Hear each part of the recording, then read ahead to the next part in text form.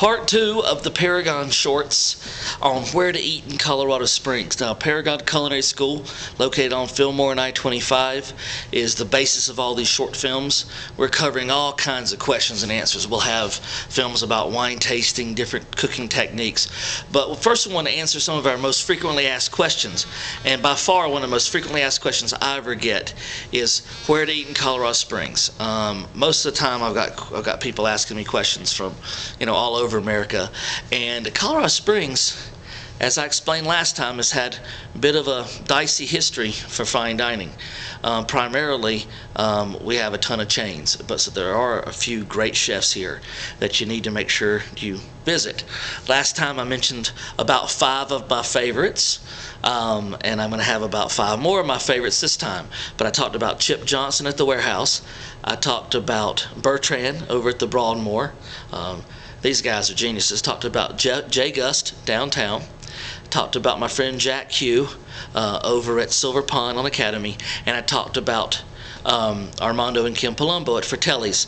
I want to continue the list by going slightly outside of town. We have my friend Eric at Margarita. We have all kinds of things slightly out of town. But let me talk about Manitou Springs. Manitou Springs is just a bastion of great culinary arts. The places there are just beautiful and a very, very close and very good destination for fine dining. I first want to talk about one of my best friends, Jeff Knight from the Craftwood Inn. Now, the Craftwood Inn is just a beautiful Victorian style house overlooking on the cliffs, kind of overlooking Manitou Springs, focusing on wild game, incredible wine lists, incredible atmosphere. The owner, Dave and his wife, these guys are great and very active in the community, and Jeff Knight is just an awesome chef. The Craftwood Inn is going to do you right if you go to Manitou Springs.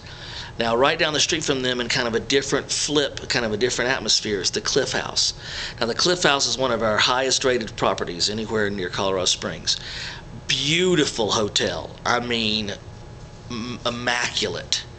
And white tablecloth style service, ridiculously great wine list, incredible staff there.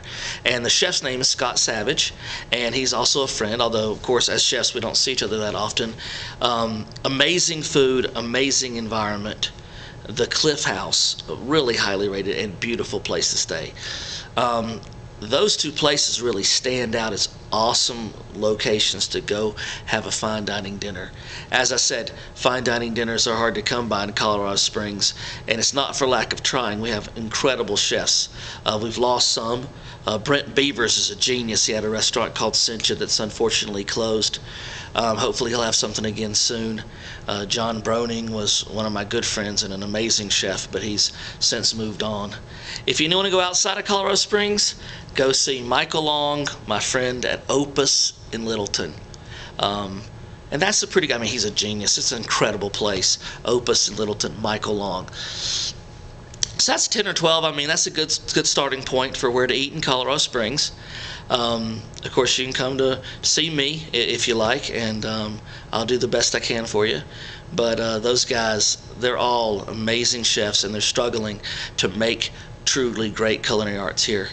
So come eat in Colorado Springs and enjoy yourself. We've got some great restaurants and some great chefs. Thanks.